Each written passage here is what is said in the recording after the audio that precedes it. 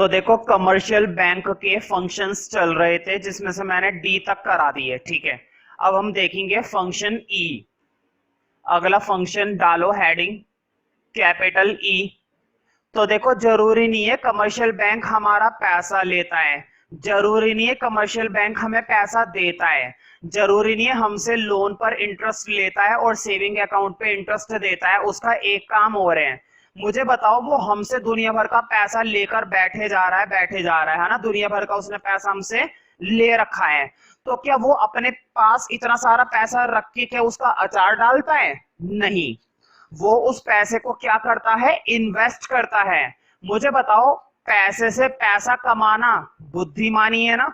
आज के समय में पैसे से पैसा कमाना एक बहुत ही बड़ी क्या मानी जाती है? बुद्धिमानी। और इतनी बुद्धिमानी सिर्फ हमारी पास नहीं होती, बैंकों के पास भी होती है। इसका मतलब कमर्शियल बैंक भी क्या करते हैं? फंड को इन्वेस्ट करते हैं। तो उसका अगला फंक्शन यही है, इन्वेस्टमेंट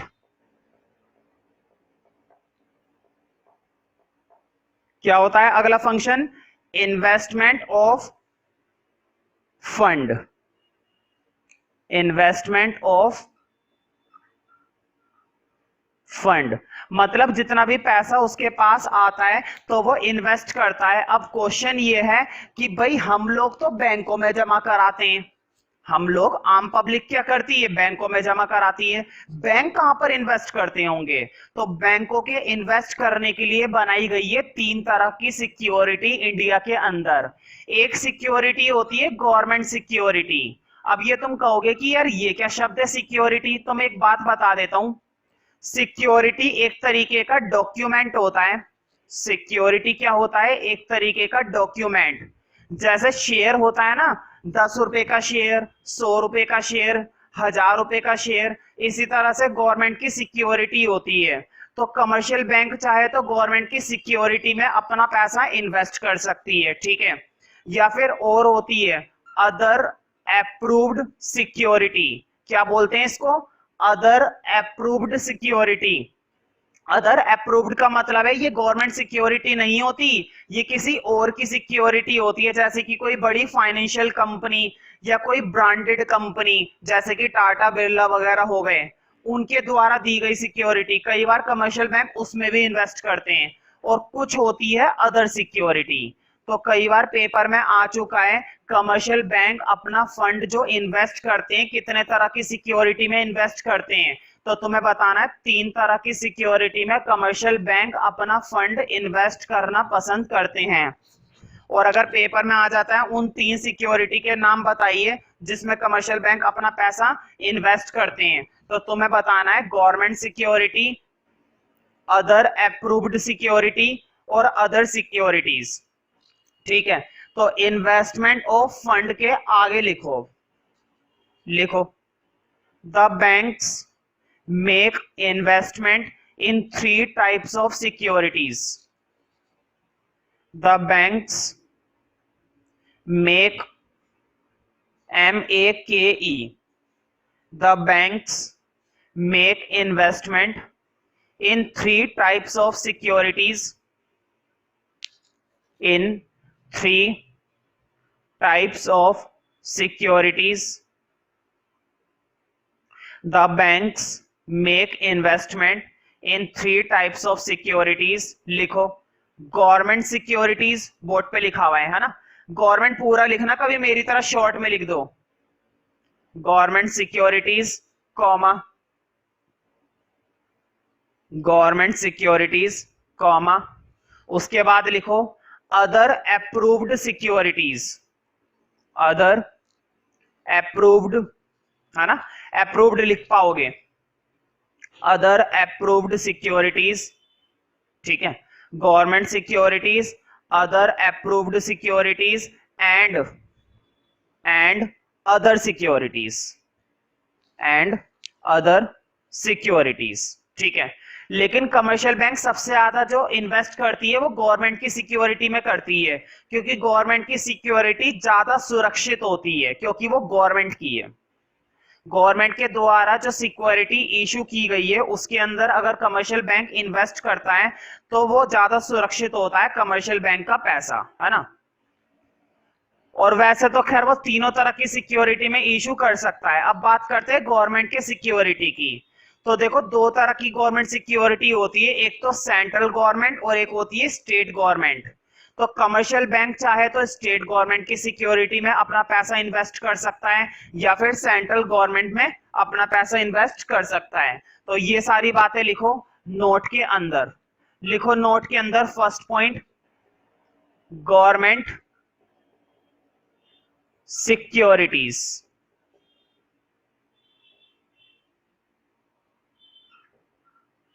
गवर्नमेंट सिक्योरिटीज लिखो। दी सिक्योरिटीज मतलब कि ये वाली जो सिक्योरिटी होती है, चाहे वो सेंट्रल गवर्नमेंट इशू करे चाहे स्टेट गवर्नमेंट इशू करे, सेंट्रल भी कर सकती है स्टेट गवर्नमेंट भी कर सकती है, कोई दिक्कत वाली बात नहीं है। लेकिन कौन इन्वेस्ट करेंगे? Commercial banks. कौन इन्वेस्ट करता है इसके अंदर पैसा? कमर्शियल बैंक इन्वेस्ट करता है। लिखो दीज सिक्योरिटीज आर ऑफ,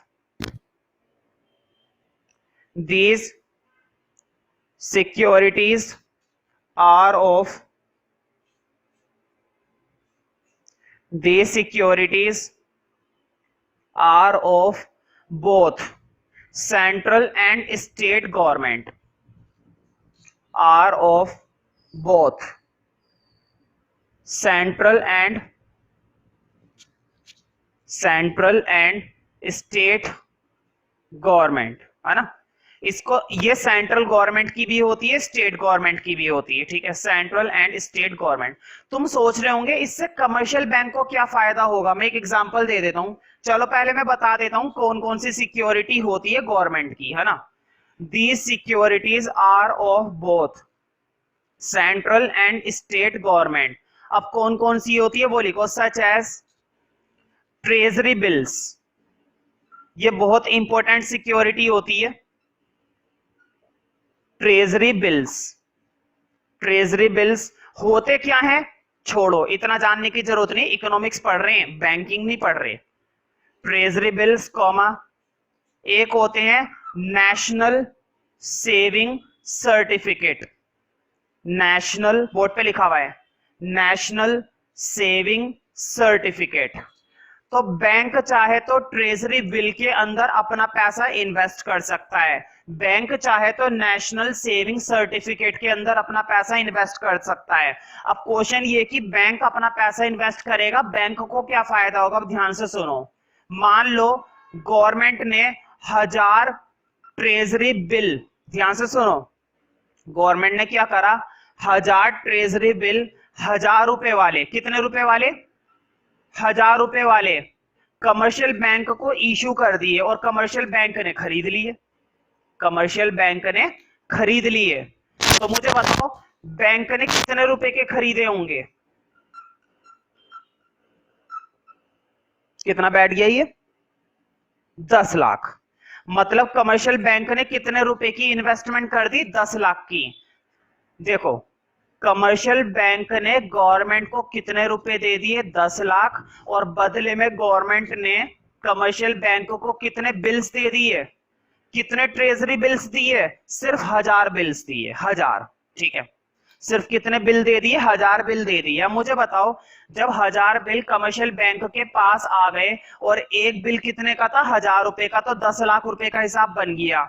अगर ये बिल कल को 1100 का हो जाता है या 1200 का हो जाता है, क्योंकि बिल्स के रेट बढ़ते रहते हैं, कम होते रहते हैं मार्केट के अंदर, जैसे शेयर मार्केट में होता है ना, शेयर का रेट बढ़ता रहता है कम होता रहता है, बिल्कुल उसी तरह से ट्रेजरी बिल का भी रेट बढ़ता रहता है कम होता रहता है। और चाहे तो कमर्शियल बैंक ये बिल किसी और को भी बेच सकती है। 1000 रुपए का गवर्नमेंट से खरीदा और पब्लिक को कितने का बेच दिया? 1500 का खरीद लेगी, है ना। वो खरीदने बेचने का काम करती रहती है। इस तरह से वो क्या करती है? बैंक पैसा कमाती है, पैसे से पैसा कमाती है। और जरूरी नहीं केवल ट्रेजरी बिल्स, जितनी भी सिक्योरिटी होती है गवर्नमेंट की, हर एक सिक्योरिटी को वो खरीद सकती है और बेच सकती है, ठीक है। तो इस तरह से उसको फायदा होता है कमर्शियल बैंक को। अब बात करते हैं अदर अप्रूव्ड सिक्योरिटी में। लिखो नंबर 2, नोट के अंदर ही चल रहा है, नोट के अंदर लिखो नंबर 2 के अंदर अदर अप्रूव्ड सिक्योरिटीज, मैंने शॉर्ट में लिखा है OAS, लेकिन तुम्हें शॉर्ट में नहीं लिखना, तुम्हें पूरा लिखना है, other approved securities, other approved securities में लिखो, ठीक है। तो देखो ये सिक्योरिटीज जो बैंकिंग रेगुलेशन एक्ट है 1949 का, बैंकिंग का जो एक्ट बनाया गया है हमारे कॉन्स्टिट्यूशन के अंदर, कौन से एक्ट के अंदर आती है ये वाली सिक्योरिटी? बैंकिंग रेगुलेशन एक्ट 1949, ठीक है, कई बार एक नंबर में आ चुका है, तो लिखो these securities under the provision of, these securities under the provision of, under the provision of Banking Regulation Act BRA,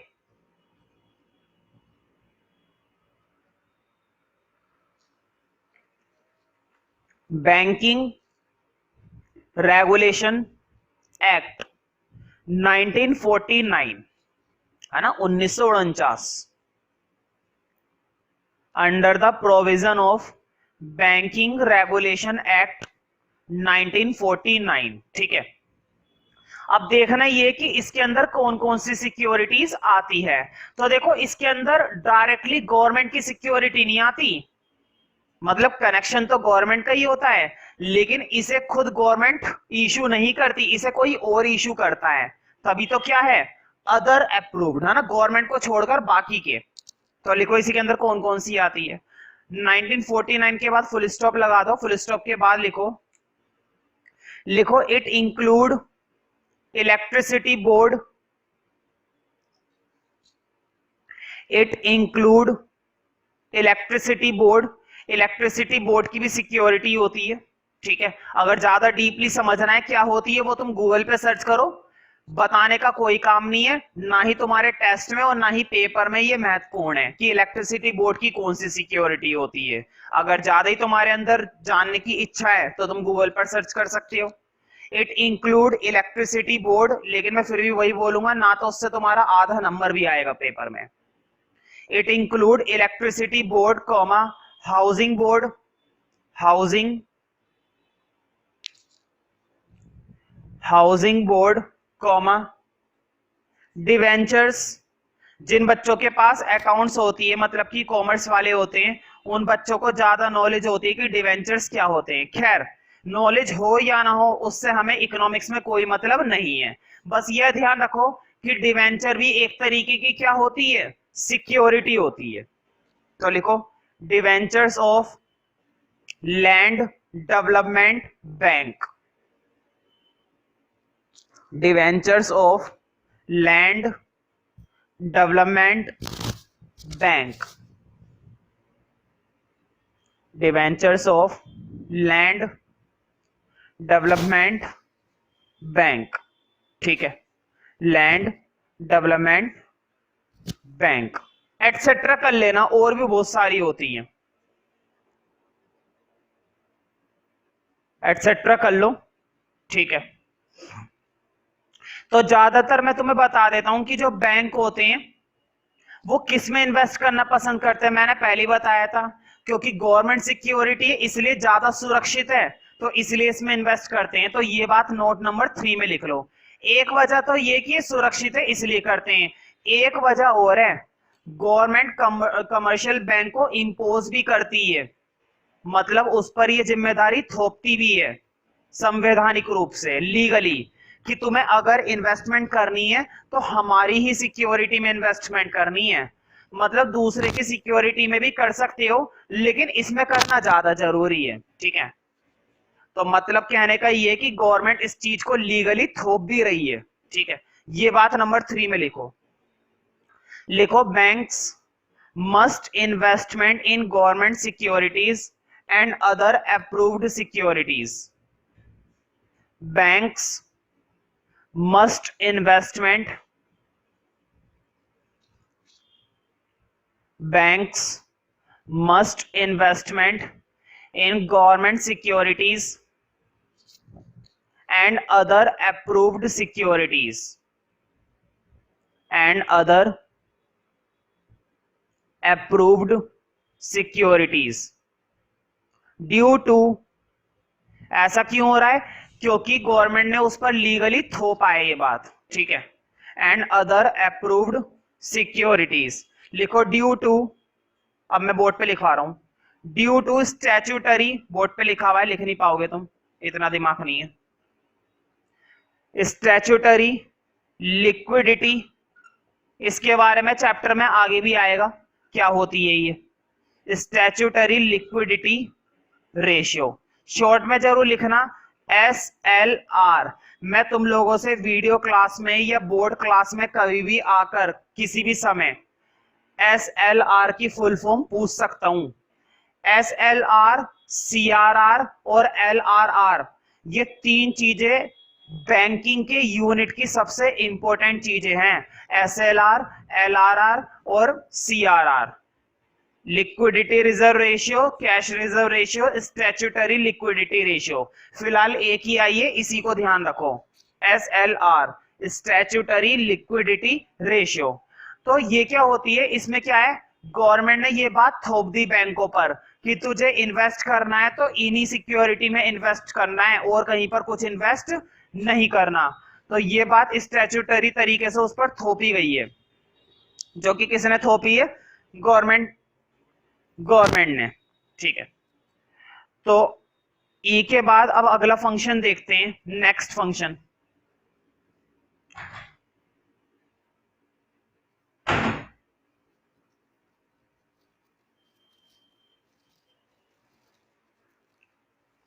ई के बाद लिखो एफ, हाँ एफ में लिखो एजेंसी फंक्शन, मतलब कि ये एजेंट के तौर पर भी काम करता है। किसके तौर पर काम करता है? एजेंट के तौर पर। मान लो तुम अपने भाई को पैसा भिजवाना चाहते हो, वो अमेरिका तो चलो ज्यादा बड़ी बात हो गई है ना, मुंबई में रहता है ना, वो बंदा कहां पर रहता है? मुंबई में रहता है, और तुम उसे क्या भिजवाना चाहते हो? पैसे, है ना। अब बंदा तो लेकर जाएगा नहीं, ना ही तुम लेकर जाओगे। आज के समय में क्या है? आज के समय में बैंकिंग है, तो ये काम कौन करेगा? बैंक करेगा। मतलब बैंक तुम्हारा क्या बन जाएगा? एजेंट बन जाएगा। बैंक तुम्हारा क्या बन जाएगा? हेल्पर बन जाएगा। बैंक तुम्हारा क्या बन जाएगा? नौकर बन जाएगा। बताओ, हद हो गई, बैंक को नौकर बना लिया, फिर तो मेरे को छोड़ोगे ही नहीं तुम, है कि नहीं? तो एजेंसी फंक्शन में क्या होता है? बैंक एजेंट बनकर काम करता है, तुम्हारा गुलाम बन जाता है। वैसे आज के समय में कोई किसी का गुलाम नहीं बनता है, ठीक है। लिखो पहला, इसके अंदर तुम्हें छोटे छोटे फंक्शन लिखने हैं। एजेंसी फंक्शन बहुत सारे होते हैं बैंक के, अभी तो मैंने एक ही बताया है। मतलब कि ये तुम्हारा गुलाम बनकर तुम्हारे फंड को क्या कर देता है? ट्रांसफर कर देता है। तो लिखो ट्रांसफर फंड। मतलब अगर तुम्हें एक बैंक से दूसरे बैंक में फंड को ट्रांसफर करवाना है, तो इस काम में कौन तुम्हारी मदद करता है? बैंक करता है। भाई मैं तो नहीं करता, मैं किसी की मदद नहीं करता, कोई मेरी नहीं करता, मैं किसी की नहीं करता। लिखो अब एजेंसी फंक्शन के अंदर पहला फंक्शन ट्रांसफर ऑफ फंड या फिर ट्रांसफर फंड, ठीक है। The bank provides facility to cheap, the bank provides facility, लेकिन ध्यान रखना थोड़ा सा महंगा पड़ता है ना। मतलब मान लो तुम 100 रुपए ट्रांसफर कर रहे हो तो थोड़ा सा चार्ज करता है ना। भाई तुम्हें फैसिलिटी दे रहा है वो, तो क्या वो नौकर बन रहा है? फ्री में नौकर बनेगा? नहीं, फ्री में आज के समय में कोई भी नौकर नहीं बनता। The bank provides facility to cheap and easy transfer of fund, the bank provides facility to cheap and easy transfer of fund, to cheap and easy transfer of fund from place to place, है ना। मतलब एक जगह से दूसरी जगह भेजना है पैसा, तो आसानी से तुम उस फंड को क्या करते रहते हो? ट्रांसफर करते रहते हो, from place to place.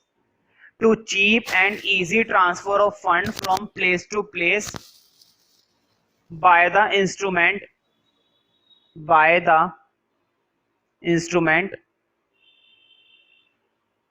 DD. DD के थ्रू ये काम कर सकते हो, याद है ना डीडी, डिमांड ड्राफ्ट, है ना। लिख लो बाय द इंस्ट्रूमेंट। इंस्ट्रूमेंट मतलब ये एक मेथड है डीडी, और भी कई सारे मेथड है, भी लिखवा रहा हूं। By the instrument DD comma mail transfer, आजकल तो मेल ट्रांसफर हो जाता है, mail transfer comma telegraphic transfer, board पे लिखा हुआ है।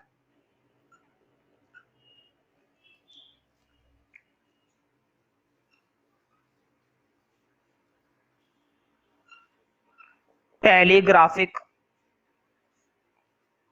Transfer etcetera, telegraphic transfer etcetera, है ना। मतलब आज के समय में तुम्हें अगर एक जगह से दूसरी जगह फंड ट्रांसफर करना है, पैसा ट्रांसफर करना है, तो इसमें तुम्हारी कौन मदद करता है? नहीं भाई, नहीं भाई, किसी की मदद नहीं करता आजकल। मदद करता है तुम्हारी बैंक। कौन मदद करता है? बैंक, ठीक है। और सिर्फ इतना ही नहीं कि हमारा फंड ट्रांसफर कर रहा है, हमारा फंड कलेक्ट भी करता है, ठीक है।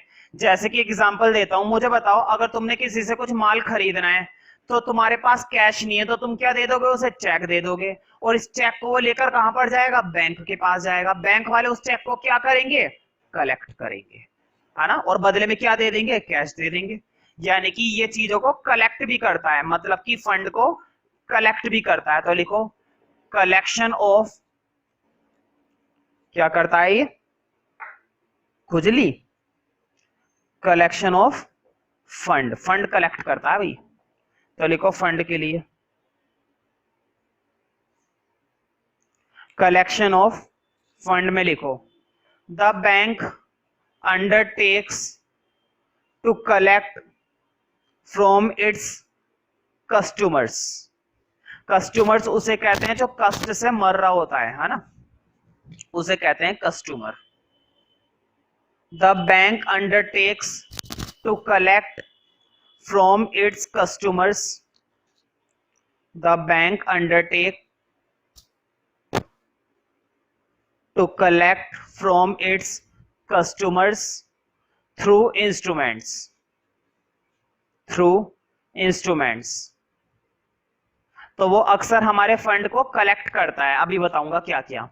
The bank undertakes to collect from its customers through instruments, for example cheque, for example cheque comma DD, है ना, अभी अभी आया था डीडी, कॉमा बिल्स, याद है ना, बिल्स ऑफ एक्सचेंज पढ़ाया होगा मैंने। Cheques comma DD comma bills etcetera. तो ये वो चीजें होती हैं जिन्हें वो कलेक्ट करता है, और कलेक्ट करके अपने पास नहीं रखता, पेमेंट करता है उसकी, भाई उसकी क्या करता है? पेमेंट करता है ना।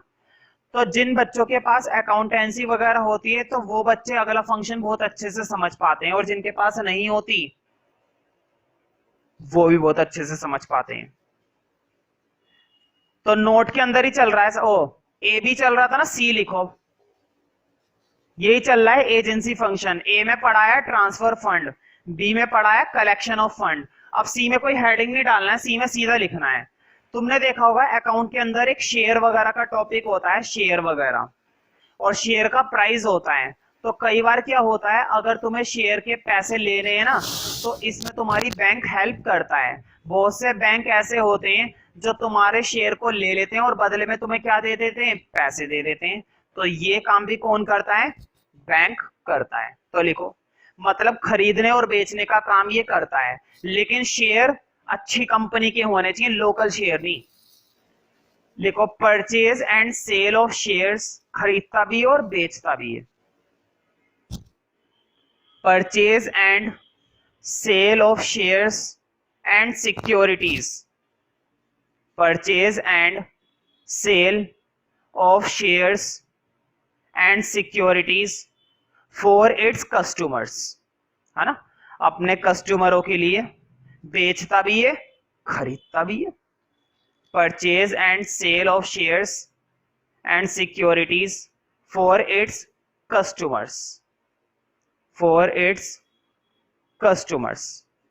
ठीक है, कुछ चीजें ऐसी होती है जिस पर ये हमें इंटरेस्ट भी देता है, जिस पर ये हमें इंटरेस्ट देता है, लिखो डी में।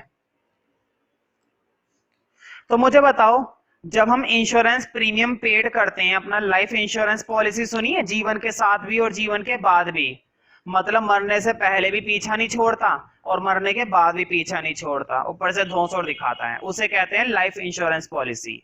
तो इंश्योरेंस प्रीमियम अक्सर हम किससे पेड करते हैं? बैंक से ही पेड करते हैं। इंश्योरेंस प्रीमियम कभी भी कैश पेड नहीं होता है, बैंक के थ्रू ही पेड होता है। यानी कि इंश्योरेंस पॉलिसी की खासियत है कि बैंक अकाउंट होना ही चाहिए, है ना। तो लिखो भाई डी के अंदर, payment of insurance premium, payment of insurance premium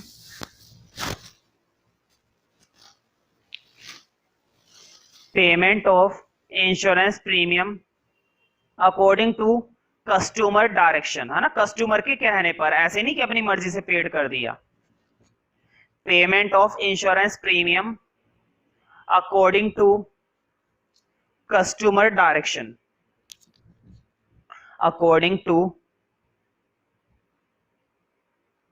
customer direction, according to customer direction, है ना, कस्टमर डायरेक्शन के हिसाब से।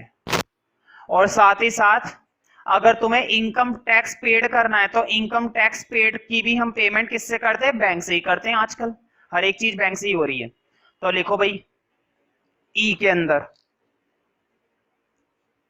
लिखो provision of income tax, provision of income tax payment of customer, provision of income tax payment, provision of income tax payment of customers, of customers, provision of income tax payment of customers, है ना। तो customer को अगर payment करनी है किसी तरह के इनकम टैक्स की, ठीक है, तो वो प्रोविजन भी कहां पर है? बैंक के अंदर है, मतलब बैंक के अंदर भी इसका ऑप्शन है। तो देखो एजेंसी फंक्शंस के बाद अब हमारा लास्ट फंक्शन बचा है एफ के बाद जी, और वो फंक्शन थोड़ा सा ज्यादा इंपॉर्टेंट है, वो फंक्शन इंपॉर्टेंट है क्योंकि पूरा चैप्टर आगे का अब उसी के बेस पर चलेगा। वो फंक्शन है क्रेडिट क्रिएशन। कहने का मतलब, क्रेडिट का मतलब होता है उधार, टिक कर लेना इस पर, इंपॉर्टेंट है ये। क्रेडिट का मतलब होता है उधार, और तुम्हें मालूम है आज के समय में, पहले क्या होता था? पहले हम बड़े बड़े लोगों से उधार मांगते थे, पहले जमींदारी सिस्टम था, उनसे उधार मांगते थे, वो बदले में हमसे क्या ले लिया करते थे? अनाज ले लिया करते थे, हमसे बदले में ब्याज लेते थे। बाद में जो बड़े बड़े लोग होते थे, कभी कभी हम रिश्तेदारों से पैसे मांगते थे, ना, उधार मांगना हमने कभी नहीं छोड़ा। भारत में अंदर रहकर हम क्या चीज सीखे? उधार मांगना कभी नहीं भूले। आज भी उधार मांगते हैं, लेकिन अब ये सिस्टम इतना ज्यादा बदल गया है, मतलब इतना ज्यादा डेवलप हो गया, अब हम इंसान लोगों से नहीं मांगते, अब हम सीधा बैंक के पास जाते हैं। बैंक हमें क्रेडिट क्रिएट करके देता है, क्रेडिट उधार क्रिएट करके देता है, लेकिन बदले में क्या लेता है? इंटरेस्ट लेता है। मतलब जब भी कोई एक बंदा किसी दूसरे को पैसा दे रहा है तो बदले में वो क्या वसूल करता है? उससे इंटरेस्ट। ठीक है, क्या वसूल करता है? क्या अंगूठा नहीं, इंटरेस्ट। तो लिखो क्रेडिट क्रिएशन में, credit is defined as finance. Credit का मतलब क्या होता है? क्रेडिट का मतलब होता है कि जो फाइनेंस एक बंदा दूसरे बंदे को दे रहा है किसी पर्टिकुलर इंटरेस्ट पर, है ना, 6%, 10% या 15%, है ना। Credit is defined as finance, finance का मतलब होता है पैसा। Credit is defined as finance made available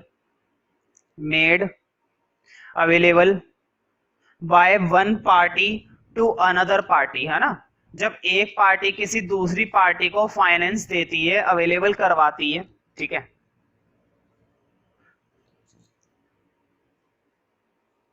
finance made available by one party to another party on a certain rate of interest, on a certain rate of interest, on a certain rate of interest, certain rate of interest, ठीक है, on a certain rate of interest, full stop।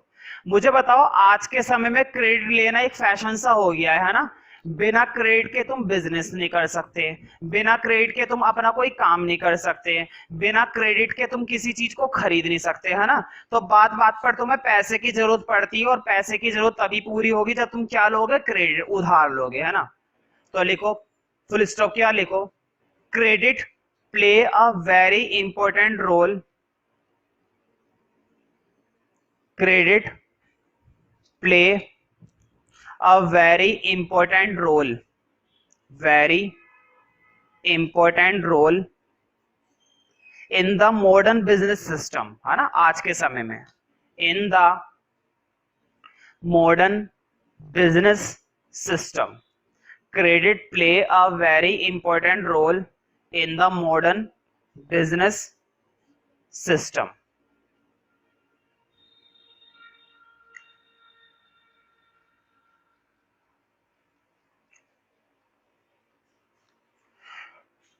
तो देखो, अब इस chapter का next heading डालना है functions खत्म।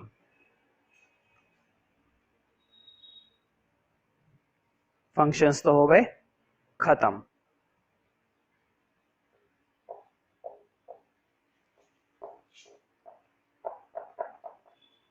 मनी क्रिएशन, मुझे बताओ कौन पैसा देता है, बैंक पैसा देते हैं, किसको देते हैं, पब्लिक को देते हैं। तो मनी क्रिएट करने का अधिकार किसको है, कमर्शियल बैंक को।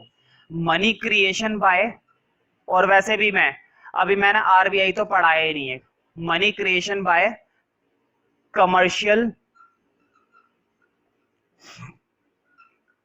बैंक। तो हमारे जो कमर्शियल बैंक होते हैं इतने सारे इंडिया के अंदर, वो कैसे करेंसी क्रिएट करते हैं वो तुम्हें बताना है। देखो, मनी को क्रिएट करने का काम आरबीआई का भी होता है, और मनी को क्रिएट करने का काम कमर्शियल बैंक का भी होता है, लेकिन पब्लिक तक पैसा पहुंचाने का काम, असली काम कौन करते हैं, कमर्शियल बैंक ही करते हैं। आरबीआई भी मनी क्रिएट करता है, लेकिन आरबीआई का फंक्शन ये नहीं है कि आरबीआई पब्लिक को पैसा देगा, आरबीआई पब्लिक को पैसा नहीं देता, आरबीआई कमर्शियल बैंक को पैसा देते हैं। कमर्शियल बैंक किसको देते हैं, पब्लिक को, ठीक है। तो ध्यान से सुनो, बहुत ही छोटा सा डिफरेंस है, नोट के अंदर लिखना है।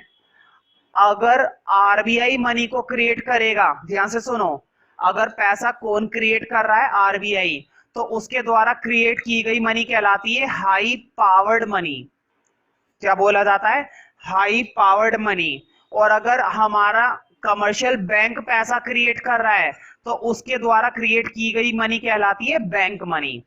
बैंक मनी में वो पैसा आता है जिसको कमर्शियल बैंक ने इशू करा है, और हाई पावर्ड मनी में वो मनी आती है जिसको आरबीआई ने इशू करा है गवर्नमेंट के कहने पर, गवर्नमेंट के कहने पर। इसलिए हाई पावर्ड है ये, क्योंकि कौन इशू कर रहा है इसको, RBI, reserve Bank of India. तो नोट के अंदर फर्स्ट पॉइंट में लिखो, the currency is created by the central bank, the currency is created by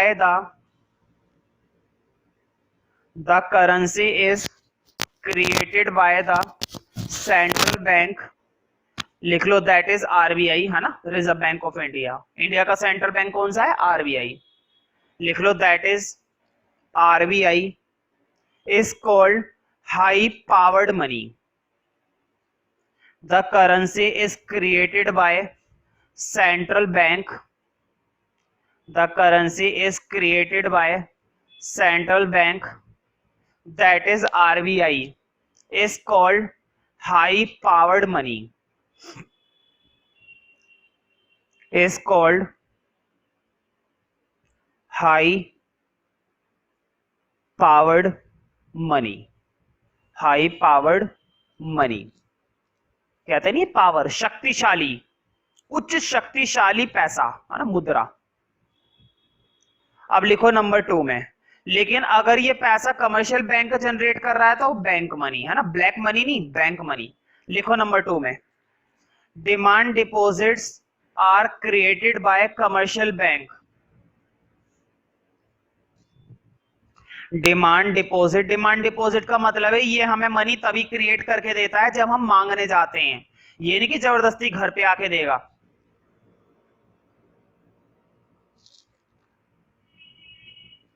demand deposits